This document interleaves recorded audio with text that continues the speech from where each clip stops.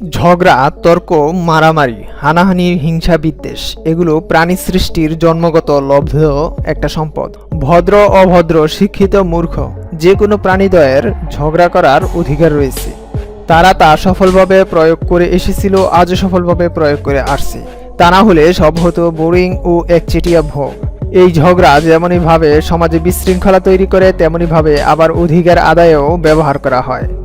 ঝগড়া কি, কেন হয়, কিভাবে হয়, আমরা ঝগড়া কেন করি? দুজনের মধ্যে তুমুল তর্কাতর্কি, একজন আরেকজনের ইতিহাস উদ্ধার করছেন, সাথে অশ্রাব্য ভাষায় মৌখিক ভদ্রতা। একজন অন্যজনকে দোষারোপ করে জিন্দেগির যত অভিশাপ আছে তা বর হিসাবে দান করছেন। দুজনেরই ভাষায় আমি ঠিক, সে ভুল। তো দুজনেই যদি সঠিক হয় তবে ঝগড়া হচ্ছে কেন? আর দুজনেই যদি ভুল হয় তবে তো ঝগড়া করার যৌক্তিকতাই নাই। ভুল হলে আর এটা বুঝতে পারলে তো ঝগড়া করার কোনো ভিত্তি খুঁজে পাওয়া যায় না।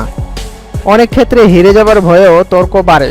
আসলে ঝগড়ার মূল কারণ হলো সঠিক বিষয়টি না বুঝে ভুলটাকে সঠিক মনে করে তর্ক করা। কারণ আপনি একটি বিষয় নিয়ে ততক্ষণ তর্ক করবেন যতক্ষণ তর্কিত বিষয়টির উপর আপনার বিশ্বাস সঠিক বলে মনে হবে। আপনি যেটা সঠিক মনে করে তর্ক করছেন সেটা কি আদৌ সঠিক, সত্য ও ন্যায়? স্বামী স্ত্রীর মধ্যে ঝগড়া হয় নাই, হয় না, হবে না, এই কথাটা মিথ্যাবাদী মিথ্যা কথা। এমন কেউ বললে মিথ্যা কথা বলার সম্ভাবনা 100 ভাগ। না হয় তাদের সম্পর্ক একটা প্রতিবন্ধী সম্পর্ক। একটা পরিবারে যখন প্রধান অর্থাৎ হেড 2 বা ততোধিক হবে, শুরু হবে ঝামেলার। এখন কে হেড হবে, স্বামী না স্ত্রী? সংসারে স্বামী স্বামীর দায়িত্ব পালন করবে, স্ত্রী স্ত্রীর দায়িত্ব পালন করবে। তা ভুলে যদি পৌরুষত্ব দেখাতে যায় আর স্বামী যদি বাচ্চা ভূমিষ্ঠ করতে যায় তবে তো অশান্তি হতেই পারে। নারী পুরুষের সম অধিকারের সংজ্ঞা আমাদের কাছে ভুলভাবে উপস্থাপন করা হয়। নারী পুরুষের সম অধিকার বলতে এটা বোঝায় না যে বাচ্চা আমি জন্ম দিয়েছি, দুধ তুমি খাওয়াও। নারী পুরুষের সম অধিকার প্রকৃতি অনুযায়ী বণ্টিত। নারী পুরুষের সম অধিকার বলতে সম হারে বোঝায় না, বরং বোঝায় প্রকৃতির প্রযোজ্য ক্ষেত্র অনুযায়ী অধিকার। আমার তোমাকে প্রয়োজন নাই, আমার বাবা মা ভাইয়েরা আমাকে ফেলে দিবেন না, তোমাকে ছাড়াও আমি ভালো থাকবো, তোমাকে ছাড়াই আমি চলতে পারবো। কে বলছে পারবেন না? অবশ্যই পারবেন। পৃথিবী কারোর জন্য থেমে থাকে না। তবে আমাদের ভারত মহাদেশে স্বামীর ঘর থেকে বের হলে স্ত্রীর পৃথিবীটা খুবই সংকীর্ণ হয়ে পড়ে। আশা করি হয়তো আগামীতে এই সংকীর্ণতা থাকবে না। তখন স্বামীর সংসারে লাথি মেরে চলে যেতে পারেন। তবে এমন অহংবোধ বাক্য ভারত মহাদেশের সংসার ধ্বংস করতে অত্যন্ত কার্যকরী। আর তখন আপনার জীবন কেমন হবে? তা কি আসলেই সুন্দর হবে? রিস্ক আপনার। অপরদিকে এটা না বলে যদি বলতেন আমি তোমাকে ছাড়া চলতে পারবো না, আমার তোমাকে প্রয়োজন, তোমাকে ছাড়া আমি ভালো থাকবো না, তাহলে কি ঝগড়া টেকনাফ থেকে তেঁতুলিয়া যাবার কথা? অবশ্যই না। জীবনসঙ্গীরা পরস্পর এ কথাগুলো বললে ভালোবাসা বাড়ে। ফেমিনিজমে যারা বিশ্বাস করেন তাদের ক্ষেত্রে এই উক্তিগুলো প্রয়োগ করবেন কিনা তা আপনাদের একান্ত ব্যাপার।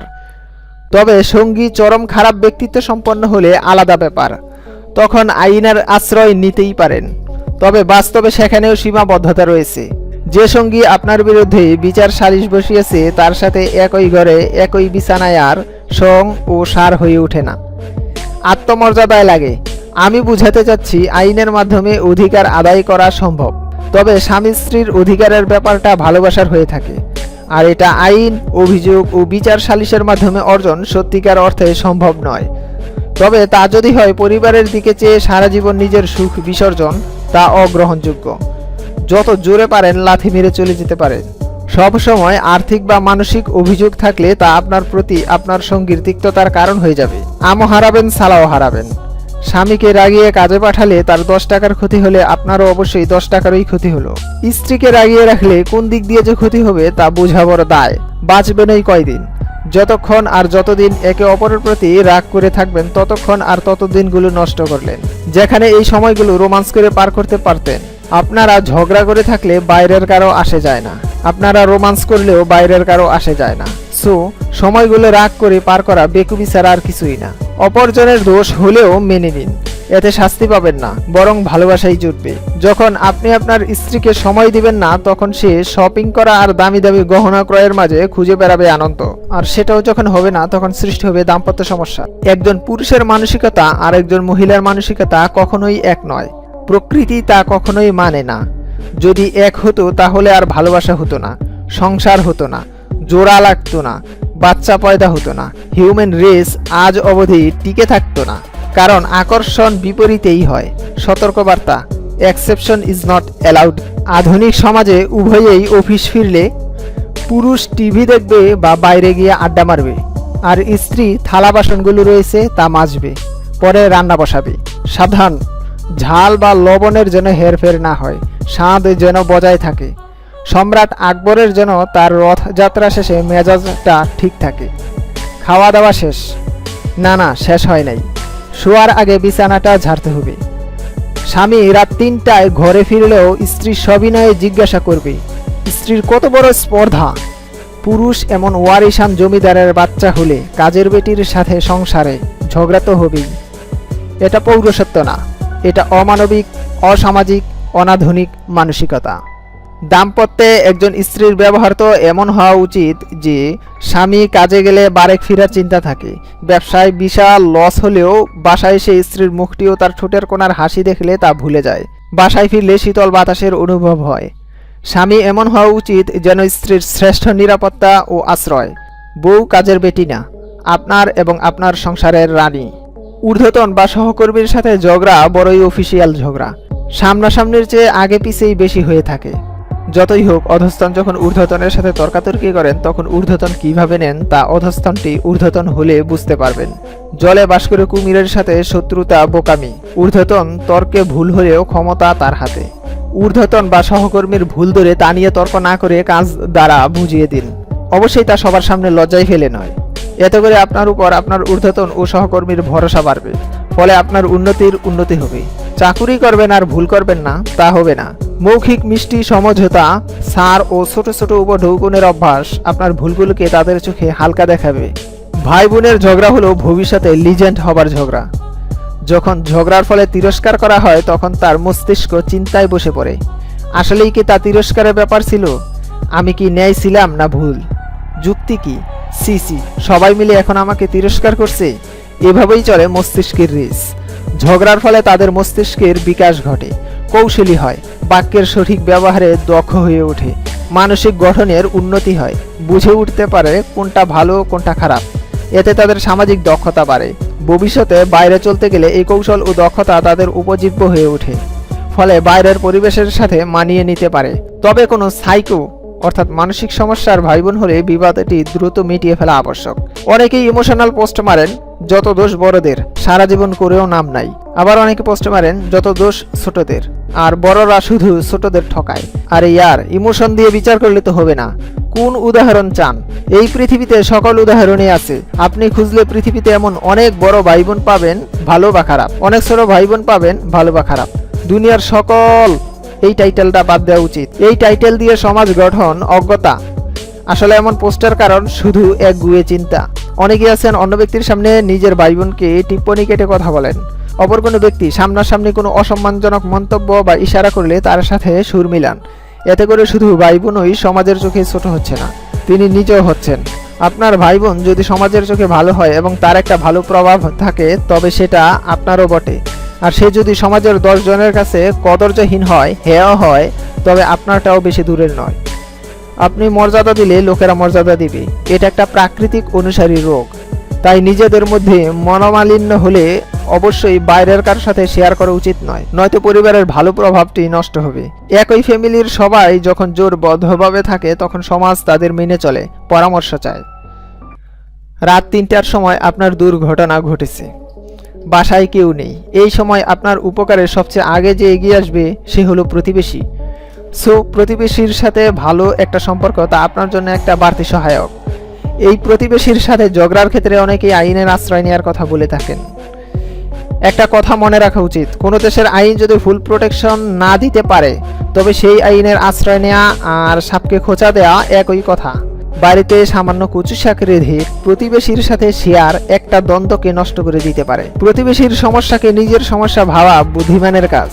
এই ক্ষেত্রে সমঝোতা, সার ও উপঢৌকনের অভ্যাস বড় বড় বিপদকে কাটিয়ে দেয়, শত্রুকে দুবার চিন্তা করায়।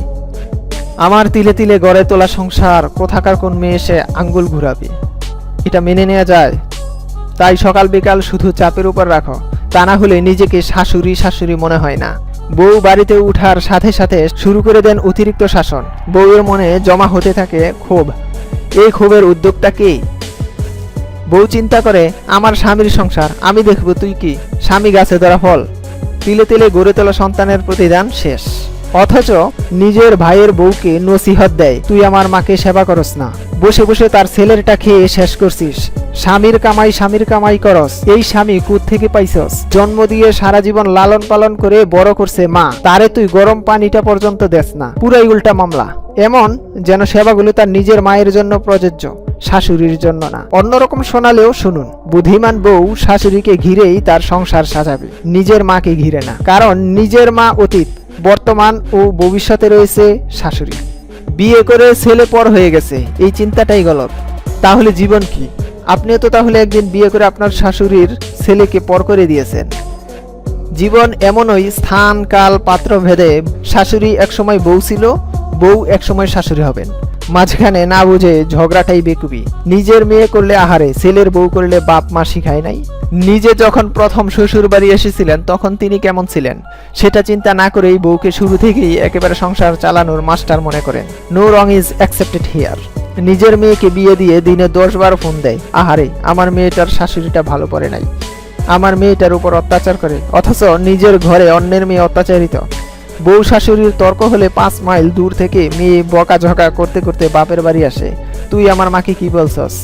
অথচ মেয়ের নিজের সংসারে তার স্বামীর বোন কিছু বললে, তোমার বোন এই জন্যই স্বামীর ভাত খাইতে পারে নাই। খিদে মিটানো বড় না টয়লেটে যাওয়া বড়? আপনাকে যে কোনো একটি বেছে নিতে হবে। সম্ভব? মা বড় না বউ বড়? ঠিক এমনই গাধার মতো একটা প্রশ্ন। বউ বউয়ের জায়গায়, মা মায়ের জায়গায়, উভয়টাই প্রকৃতির অংশ, ধারক। মায়ের উপর যেমন দায়িত্ব রয়েছে তেমনই রয়েছে বউয়ের উপর। প্রাকৃতিক সত্য হলো, আপনার মা আপনার জন্য জীবন দিতে পারলেও আপনার বউয়ের জন্য সহানুভূতি প্রদর্শনে প্রস্তুত নাও হতে পারে। আপনার খারাপ চাইবেন না, এটা প্রাকৃতিক সত্য। তাই বলে বউয়ের ভালো চাইবে, এটা সবসময় সত্য না। নিজের মা শ্রেষ্ঠ মা আর স্বামীর মা ডাইনি, সেটা বুঝেই আপনার উভয়ের সাথে ব্যবহার করতে হবে। কারণ উভয়টাই দুই জগতের উৎস, কোনো সমাধান নাই যতক্ষণ পর্যন্ত না শাশুড়ি বউকে নিজের মেয়ে ভাববে আর বউ শাশুড়িকে নিজের মা ভাববে।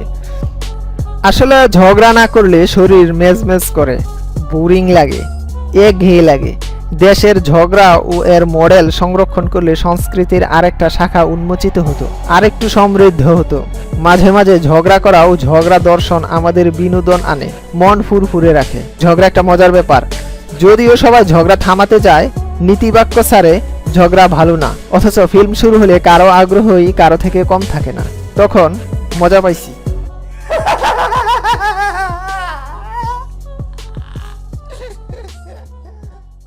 ফান করলাম, বুঝলে বুঝেন, না বুঝলে নেই। সিরিয়াসলি, ঝগড়া তর্ক বিতর্ক ভালো নয়। আপোষের অপশন থাকলে তা গ্রহণ করা ভালো। তর্ক বিতর্কের সময় যদি একজন চুপসে যায়, অন্যজনও চুপসে যেতে বাধ্য। তবে শিক্ষিত ঝগড়া তর্ক বিতর্ক হলে তা করতে পারেন।